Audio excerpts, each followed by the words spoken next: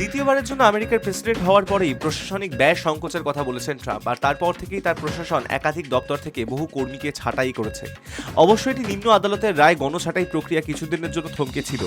সম্প্রতি America supreme court নিম্ন আদালতের নির্দেশ খারিজ করে দিয়েছে। এই বিষয়ে আপাতত এগোতে পারবে ট্রাম্প প্রশাসন। ঘটনাচক্রে তারপরেই আমেরিকার বিদেশ দপ্তরে গণছাঁটাইয়ের খবর শোনা যায়। আমেরিকার বিদেশ সচিব মার্কো রুবিও অবশ্য জানিয়েছেন, প্রশাসনিক ব্যয় কমানোর জন্য নয়, আমলাতান্ত্রিক ফাঁস কমাতেই গণছাঁটাইয়ের পথে হাঁটতে চলেছেন তারা। তিনি এও জানিয়েছেন যে আমেরিকা থেকে বিপ্লবী মতাদর্শ দূর করতে এবং সে দেশের মূল্যবোধকে রক্ষার স্বার্থেই নতুন করে সাজানো হচ্ছে বিদেশ দপ্তরকে। গত মে মাসেই এই পরিকল্পনার কথা প্রকাশ্যে এনেছিলেন রুবিও।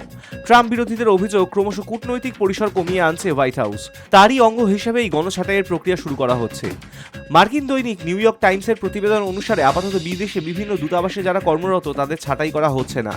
আমেরিকার বিদেশ দপ্তরের বিভিন্ন পদে যে 18,000 কর্মী কাজ করেন তাদের মধ্যে 15%কেই ছাঁটাই করা হচ্ছে।